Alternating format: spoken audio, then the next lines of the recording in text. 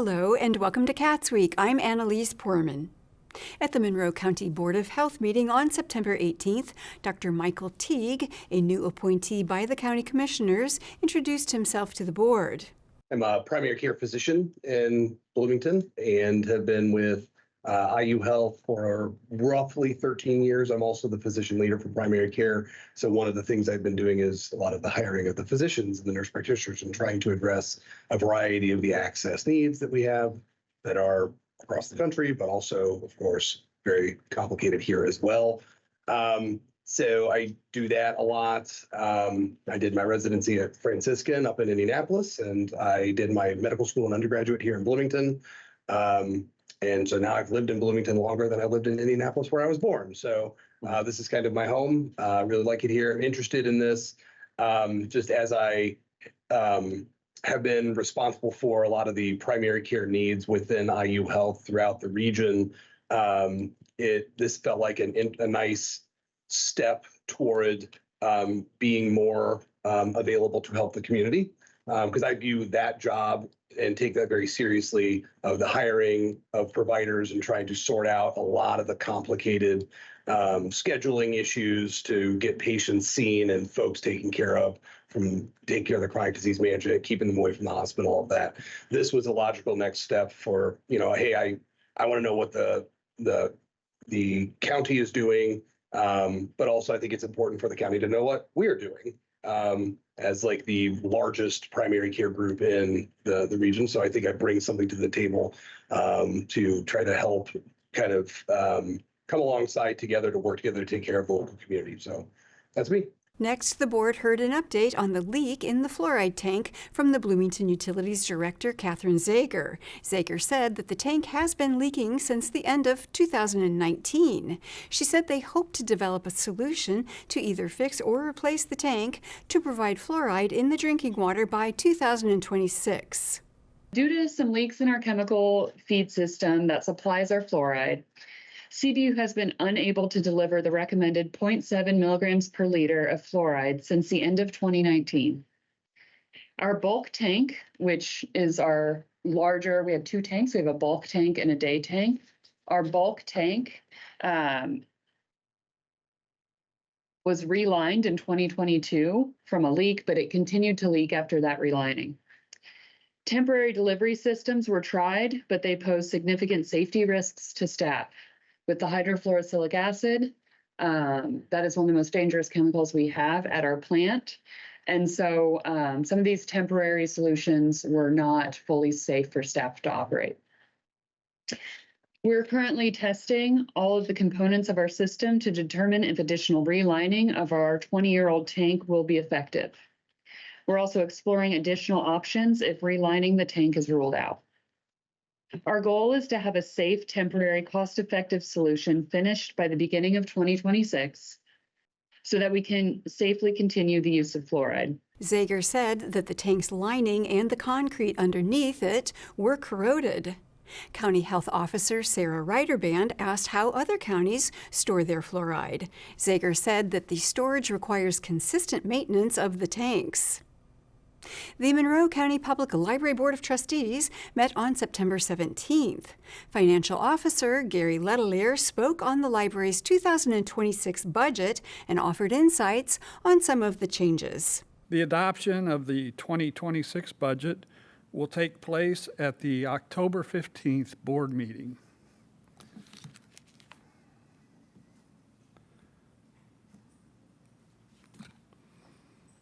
So in August, we received the county's total assessed value figure for calculating the 2026 library property tax rate. The total assessed value for 2026 is about $11.1 billion. That's a decrease of about $95 million from last year. It's slightly less than a 1% decrease. The assessed value figure not only includes residential property, it also includes commercial property, business inventory, and equipment. Next, Library Director Greer Carson shared his monthly report. Couple of highlights. First, once upon a time, our annual summer reading program was primarily for our youngest patrons and focused on the importance of early literacy. And while that remains the cornerstone of our annual program, it has since grown to include all ages and audiences. Preliminary summer reading numbers for 2025 suggest that we had our highest ever teen participation, with 665 summer reading program guides distributed to Monroe County teens. We'll hear more about this year's summer reading program from Angelica as part of her Children's Services update here in a bit, but it's really great to see more and more MCPL teens getting into summer reading. Also in Teen Services, our special education classroom visits will soon include Bloomington High School North on a biweekly basis. Last year, we began hosting similar scheduled visits from Tri-North Middle School, so we're happy to have BHSS join in this program. We have replaced the Ellettsville fire door, and this is something we've had on our list for a long time. You probably don't ever see this door unless you're in the building when there's a fire alarm or a power outage, but it's recessed in the bulkhead, which used to be dark purple, that hangs over the threshold as you move into the Ellettsville children's area. So we had that work done recently as kind of connected to some of our other Ellettsville renovation work. We're glad to have that finally finished. Communications and Marketing Director Tori Lawhorn spoke on the library's media relations policy and some changes that have been made in order to keep up with modern technology. At the Monroe County Public Library, we are committed to transparency, consistency, and professionalism in how we communicate with the community and the media. In today's digitally driven world, public expectations around communication have changed, and so have the tools and platforms we use to share information. The decision to update our media relations policy was made to strengthen the way our library communicates with the public, the media, and our community partners. As a publicly funded institution, it is critical that our messaging is clear, consistent, and reflective of our values and responsibilities. Updating our media relations policy was essential for several key reasons, including reflecting modern communication channels, ensuring consistent messaging and clear expectations, designating specific spokespeople, aligning with legal and ethical standards, and to protect patron privacy and staff. With these reasons in mind, we put together a team of MCPL staff to provide a variety of experiences and viewpoints to see how we could best make these updates. Next, Children's Services Manager Angelica Candelaria gave an update on their programming. She shared some of the activities that children are able to participate in at the library, like the summer reading program and games, and the ways that these activities are beneficial to the children. So there was a fourth grader who came in and wanted to do Battle of the Books because they did it at school. But you can only do it in fourth grade. And so she was disappointed. She loved it. She wanted to do it so much. So Reagan told her, fill out a comment card. We read those. We want you to fill them out. And she's like, nothing is going to come of it. I'll do it. And so Battle of the Books ensued. So this highlights that our staff really wants to interact with our patrons. We want to hear what you want to do, especially from tweens. And so Battle of the Books is a trivia, kind of like a pub trivia. They have to read 10 books over the course of about 5 to 6 months, and then they come together as a team, and we have questions for them, and they have to fill it out. We got 21 teams, 80 participants. We had 175 people in total. So that's the audience and also the tweens. And if everybody knows, or anybody knows a tween, I was hoping for 10. 10 people, 2 teams at least. So we were overwhelmed, as you can see. It was in our conference rooms. It's jam-packed. We did partner. This is a great example of how our team goes out and tries to partner with the community. Next, the manager of the library's Southwest branch, Kathy Riley, gave an update to the board where she highlighted their cooking program for young children. We have expanded out the possibilities of what children are capable of and hopefully modeled something that you go home and keep doing. Oh, they're capable of wontons. What else are they capable of? What should we be trying at home to keep doing this sort of expansion?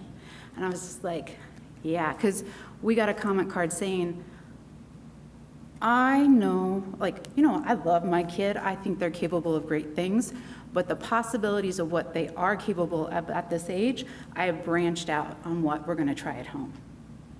That's our goal. So if you want to come to a cooking program, I highly recommend it. And if you have a 3 through 6-year-old, yeah, Come. The next Library Board of Trustees meeting will take place on October 15th.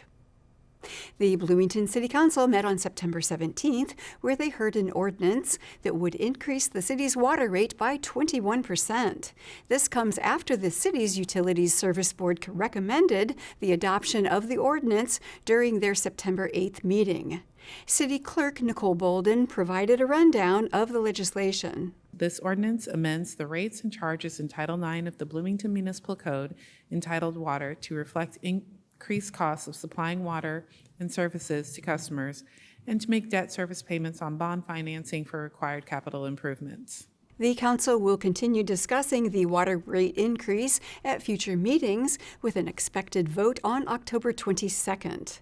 The council then heard an ordinance that would create a new fund to set aside money for fiber installation.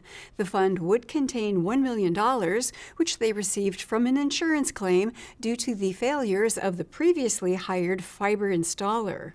Clerk Bolden provided an overview of the ordinance. Ordinance 2025-34 to establish a fund for the proceeds of the surety bonds secured for work on fiber optics network for the city of Bloomington, Monroe County, Indiana. The synopsis is as follows. This ordinance establishes a dedicated non-reverting fund to hold the $1 million received when the surety bond payment on bond number 1160465 was called due to failure by Meridian Infrastructure North America Corporation subcontractor, AEG, to properly install fiber within the city limits. Damages were incurred by the city and certain notice of violations were issued by the City of Bloomington Engineering Department against AEG, who was working on Meridian's behalf for violations of Title 12 of the Bloomington Municipal Code regarding work performed in the right-of-way. Appropriations of the funds will be requested by the City of Bloomington Controller to the City Council at a later date. City Attorney Margie Rice presented the ordinance and provided some background information on the legislation. So in 2021, the city entered into a letter of intent with Meridian to do kind of a public-private partnership to install fiber in the city of Bloomington. And a master development agreement was signed in June of 22. TIF was created, what's called a spider TIF, was created in June of 22.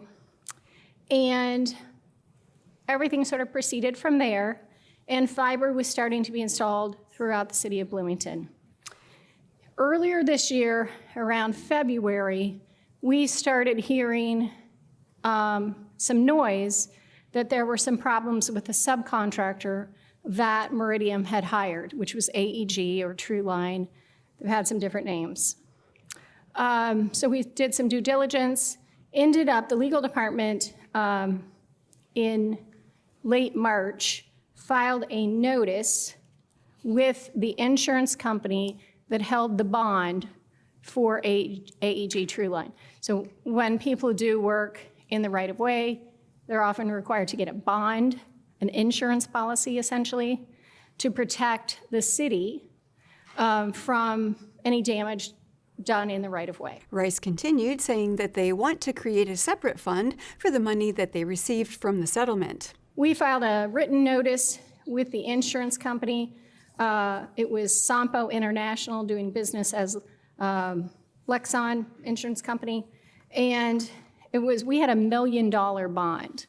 And so, long story short, we submitted information to them in late March, and we received a check for $1 million on July 8th. It was given to the controller's office. She's held it.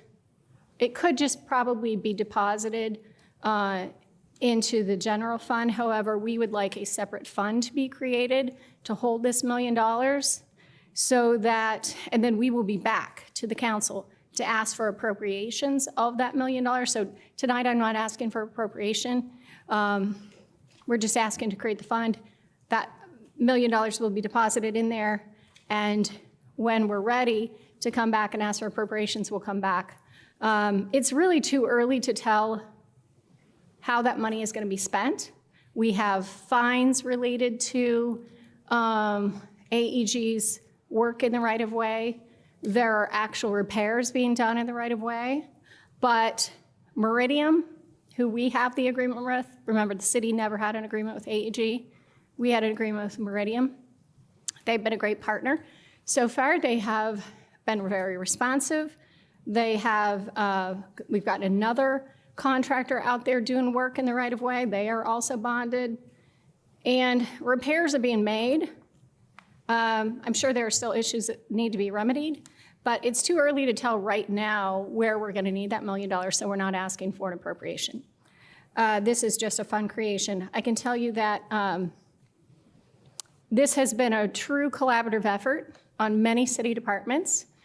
So while we are the ones who, started the legal action to get the bond payment, there's been a ton of work done by engineering and public works, ITS, controller, the mayor's office has been involved. Just a lot of different agencies or departments within the city have had to be responsive to getting the information to the insurance company and getting the information to the new contractor to start doing the repairs. The ordinance passed unanimously. Next, the council heard a resolution requesting a recommendation from the Food and Beverage Tax Advisory Commission on how to spend food and beverage tax revenue for the Capital Improvement Board's 2026 budget. Treasurer for the CIB, Jeff McKim, presented the resolution. You will remember that the Capital Improvement Board presented our 2026 budget request to you a few weeks ago during your budget work sessions. Because the CIB budget is funded by the food and beverage tax, statute requires an additional procedure specific to that fund source. Statute requires the Common Council, as legislative body of the city, to request the Advisory Commission's recommendations concerning the expenditure of any food and beverage tax funds. The resolution in front of you would make such a request for a recommendation from the Food and Beverage Tax Advisory Commission, otherwise known as FABTAC. After FABTAC meets and makes a recommendation, approval of the CIB's 2026 budget will come back to council in the 2026 Civil City Budget Appropriations Ordinance, which is one of the 3 appropriations ordinances the council will consider during your budget adoption process. The council approved the resolution by a vote of 8-1, with Councilmember Kate Rosenbarger dissenting. The Richland Bean Blossom School Board met on September 16th. Edgewood Junior High School counselor Callie Schlemmer introduced the Lead and Learn program, which began last year. The program works with high school students to lead a panel discussion for junior high students. Then the high school and junior high students together attend a panel from professionals. One student, Nevaeh Scott, expressed her gratitude to the program for giving her more confidence in her future. The panel really taught me that it's not as scary as it looks. There are pathways to get you to where you want to be at the end of high school and set you up for college. And really going to it really helped put an ease on my nerves and helped me figure out what I was going to do when I got to high school. Director of the Bloomington Success School, Christopher MG, explained that the program seems to result in more engaged students. So what have we seen? We've seen the questions are better. The students are more engaged. I have my O'Neill Fellow do these panels, and this is Friday morning for a college student. They're excited to do it. The panelists, more engaged students. This used to be very, at least on a middle school level, very passive, just kind of taking it in, and you're like, oh, okay. But now it's really a game changer within that.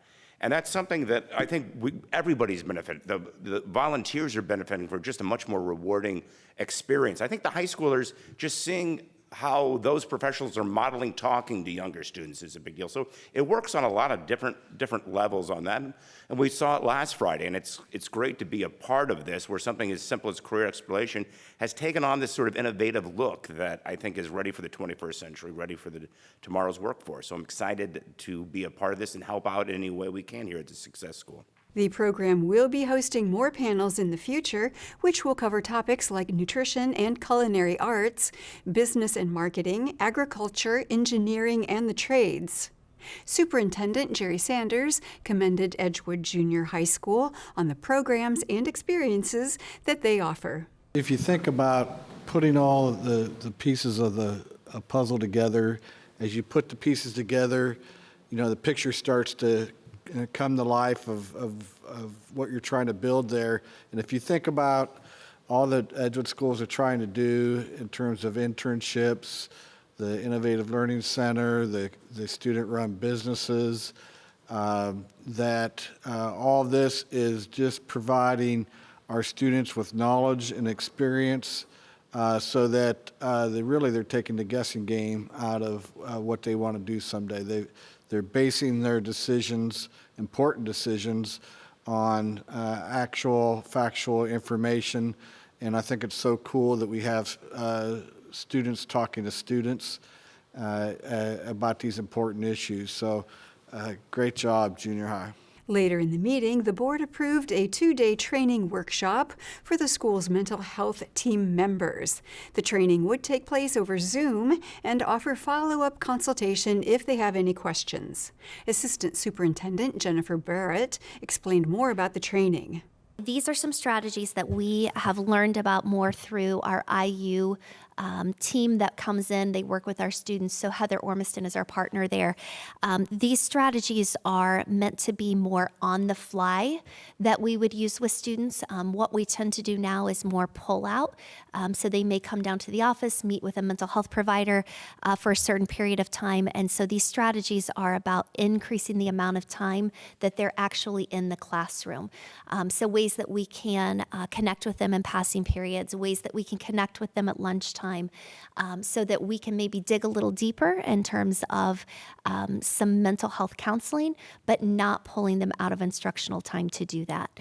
So that's really what these strategies are about, and the goal that comes along with that. It's a lot of language and just how we approach students and the types of students who would respond to these strategies, because as we know, it's not going to fit the bill for every single student we have. Later, members of the school board's leadership team gave updates on the Teacher Appreciation Grant, otherwise known as TAG. The grant is now limiting awards to no more than 20% of certified teachers in a district. As a result, the Indiana State Teachers Association, or ISTA, is opposed to accepting the money.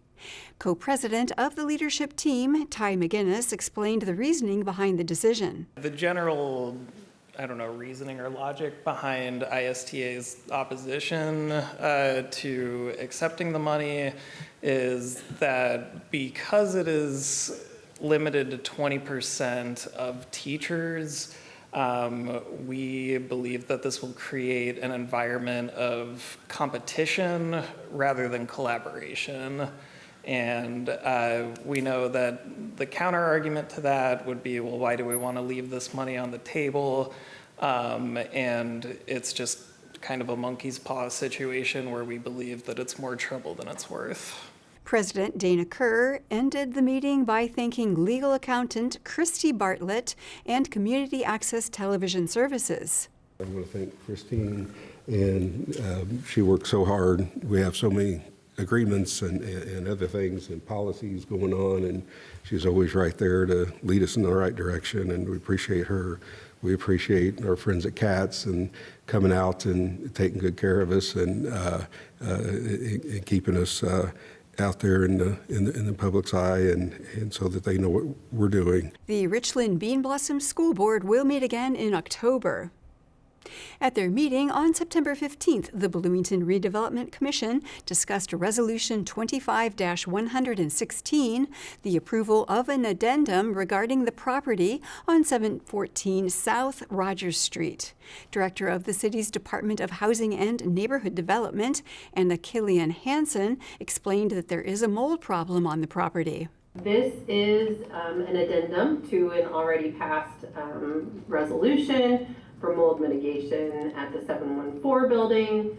When they got in there, they found that there was mold growing even on steel and just on the main level at least.